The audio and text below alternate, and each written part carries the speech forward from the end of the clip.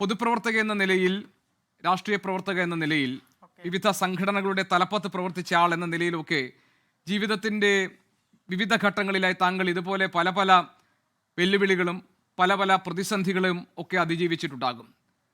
അതിനേക്കാളൊക്കെ ഉപരിയായി വീട്ടമ്മ എന്ന നിലയിൽ, സ്ത്രീ എന്ന നിലയിൽ, ഭാര്യ എന്ന നിലയിലൊക്കെ മാനസികമായി താങ്കളെ തകർത്തുന്ന ഒന്നായി ഈ അപവാദ കഥ പ്രചരണം മാറിയിരുന്നു. മാനസികമായി എത്രത്തോളം താങ്കളെ ഇത് ബാധിച്ചിരുന്നു?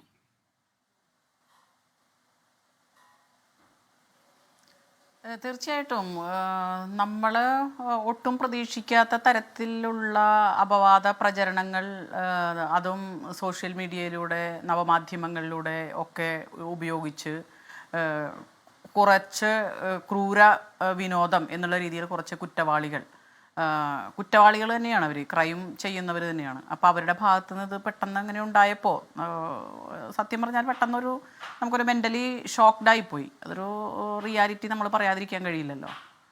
പക്ഷേ അതിലങ്ങനെ നടുക്കത്തോടു കൂടി സ്തംഭിച്ച് ഇരിക്കാതെ, അല്ലെങ്കിൽ അത് കേട്ട് തകർന്ന് പോകുന്ന ഒരു മാനസികാവസ്ഥയല്ല എനിക്കുള്ളത്. അതെനിക്ക് തന്നിട്ടുള്ളത് എൻ്റെ കുടുംബവും എൻ്റെ പ്രസ്ഥാനവും എൻ്റെ സംഘടനാ പ്രവർത്തനവും പൊതുപ്രവർത്തനവും എൻ്റെ കൂടെ നിന്ന ജനങ്ങളുമാണ്. അപ്പോൾ അതിൽ നിന്ന് വീണ്ടെടുത്തു, മാനസികമായ ഞാൻ ഓക്കെ ആയി. പിന്നെ നമുക്കുള്ളത് നമ്മുടെ രാജ്യത്തെ നിയമം. ആ നിയമം ഒരു സ്ത്രീ എന്നുള്ള നിലയ്ക്ക്, ഒരു വ്യക്തി എന്നുള്ള നിലയ്ക്ക് എൻ്റെ അന്തസ്സാർന്ന ജീവിതത്തിന് ആ നിയമത്തെ എങ്ങനെ ഉപയോഗിക്കാൻ കഴിയുമോ അത് ഞാൻ ചെയ്യുന്നു. ഷൈൻ ടീച്ചർ, ഈ എന്തോ ഒന്ന് താങ്കളെ പറ്റി പുറത്തു വരാൻ പോകുന്നു, എന്തോ ഒരു ബോംബ് പൊട്ടാൻ പോകുന്നുണ്ട് എന്നൊരു പ്രാദേശിക നേതാവ് കുറച്ച് ദിവസങ്ങൾക്ക് മുൻപ് താങ്കൾക്കൊരു മുന്നറിയിപ്പ് നൽകിയിരുന്നു എന്ന് പറഞ്ഞതായി അറിഞ്ഞു. അത് ഏത് സ്വഭാവത്തിലായിരുന്നു ആ മുന്നറിയിപ്പ്? അങ്ങനെ ഒരു മുന്നറിയിപ്പിന്റെ തുടർച്ചയായിട്ടാണ് ഈ അപവാദ പ്രചരണം ഉണ്ടായത് എന്നാണോ താങ്കൾ വിശ്വസിക്കുന്നത്?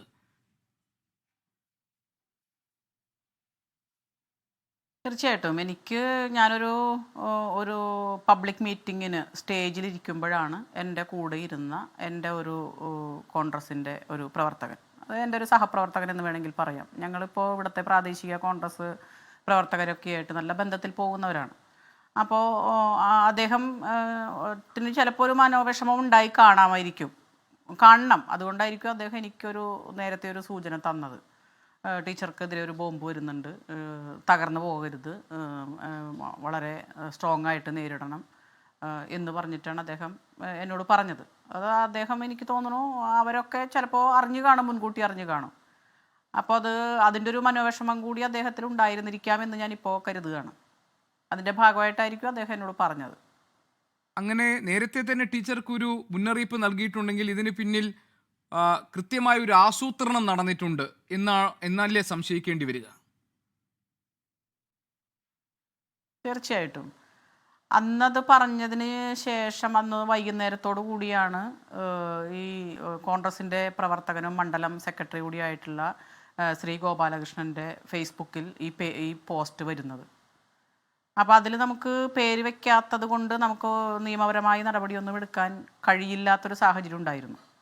പിന്നെ ഞാൻ വിചാരിച്ചു അതെന്തെങ്കിലും ഒരു ഗോസിപ്പ് പറഞ്ഞ് അങ്ങോട്ട് പോവുമായിരിക്കും, അത്രേ ഞാനും കരുതിയുള്ളൂ. ഒരു പൊതുപ്രവർത്തന രംഗത്ത് നിൽക്കുന്ന സ്ത്രീകളെ സംബന്ധിച്ച് എന്തെങ്കിലുമൊക്കെ പറഞ്ഞുണ്ടാക്കുക വേണ്ട, പൊതുപ്രവർത്തന രംഗത്ത് പോലും നിൽക്കണ്ട. ഞാനിപ്പോൾ ഇന്ന് എൻ്റെ അനുഭവം ഞാൻ പറയുമ്പോൾ, ഈ പ്രദേശത്തുള്ള ഒരു വിധവയായ ഒരു സ്ത്രീ എന്നെ വിളിച്ചു. അവർ പറഞ്ഞു, ടീച്ചറെ, ഞാനൊക്കെ നേരിടുന്നത് എത്രയോ ഭീകരമാണ്. ഇല്ലാ കഥകൾ പ്രചരിപ്പിക്കുക. അതൊരു സ്ത്രീ കാണാൻ കൊള്ളാവുന്ന സ്ത്രീകളാണെങ്കിൽ പറയുകയും വേണ്ട. അപ്പോൾ അവരെ സംബന്ധിച്ച് അവർ വൈധവ്യം നേരിട്ടൊരു സ്ത്രീയാണ്, പക്ഷെ അവർക്ക് പൊട്ടുതൊടാൻ പാടില്ല, മുല്ലപ്പൂ ചൂടാൻ പാടില്ല. ഇതൊക്കെ അവരെന്നോട് തുറന്ന് പറയുക വിഷമത്തോടു കൂടി. എന്തൊരു കഷ്ടമാണ് നമ്മുടെ സമൂഹം. ഷൈൻ ടീച്ചർ, ഇതൊരു പത്രവാർത്തയുമായി ചേർത്ത് വെച്ചാണല്ലോ താങ്കളുടെയും ഇപ്പോൾ MLA-യുടെ ഒക്കെ പേരുകൾ വെച്ച് ഇങ്ങനെ ഒരു അപവാദ കഥ പ്രചരിപ്പിക്കുകയും പല ഇത്തരം വാർത്തകൾ വരുമ്പോൾ അതിൻ്റെ താഴെ കമൻറ്റ് ബോക്സുകളിൽ നിങ്ങളുടെ ചിത്രങ്ങൾ പോസ്റ്റ് ചെയ്യുകയും ഒക്കെ ചെയ്തത്.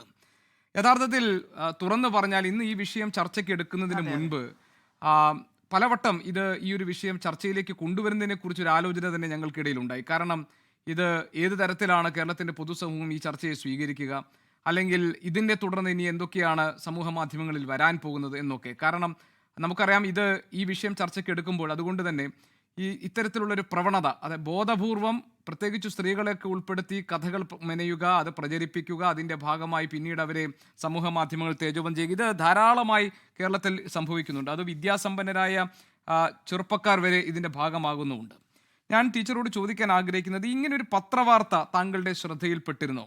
കാരണം ഈ പത്രവാർത്തയെ തുടർന്നാണ് പിന്നീട് ഈ ഒരു കഥ പ്രചരിപ്പിക്കപ്പെട്ടത്. അതിൽ പറയുന്നത് CPM വനിതാ നേതാവിൻ്റെ വീട്ടിൽ കയറിയ MLA-യെ ഭർത്താവും നാട്ടുകാരും ചേർന്ന് പിടികൂടിയെന്നാണ്. അതിൽ ഒരു ബോക്സ് ഐറ്റമായിട്ട് അവർ പറഞ്ഞിരിക്കുന്നത് രാഹുൽ മാങ്കൂട്ടത്തിന് പിന്നാലെ CPM MLA-യും വിവാദത്തിൽ എന്നാണ്. ഈ പത്രവാർത്ത ടീച്ചറുടെ ശ്രദ്ധയിൽപ്പെട്ടിരുന്നു?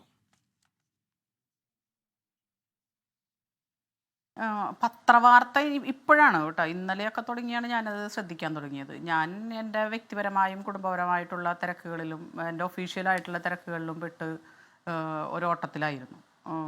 അപ്പോൾ ഈ പോസ്റ്റർ ഞാൻ ശ്രദ്ധിച്ചു. അതിനുശേഷം ഇന്നലെ അതിരാവിലെ തന്നെ ഞാൻ ഹോസ്പിറ്റലിലായിരുന്നു. ഹസ്ബൻഡ് എനിക്കൊരു ലിങ്ക് അയച്ചിരുന്നു. അപ്പോൾ നോക്കിയപ്പോൾ ഒരു ഷാജഹാൻ എന്ന് പറയുന്ന ഒരു വ്യക്തി ഒരു വീഡിയോ ചെയ്യുന്നതാണ്. അപ്പം അദ്ദേഹത്തിൻ്റെ വീഡിയോയിൽ എന്തോ ഇവിടെ എൻ്റെ വീടിൻ്റെ മുന്നിൽ അയാൾ ഇതൊക്കെ കണ്ടിട്ട് പറയുന്ന രീതിയിലാണ് അവതരിപ്പിച്ചിട്ടുള്ളത്. പിന്നെ പത്രവാർത്ത ഇപ്പോൾ താങ്കൾ വായിച്ചപ്പോഴാണ് ഞാൻ അതിൻ്റെ ബോക്സ് കോളമൊക്കെ ഞാനിപ്പോൾ അറിയുന്നത്. കാരണം അല്ലാതെ എന്തോരം നല്ല കാര്യങ്ങൾ വായിക്കാനുണ്ട്.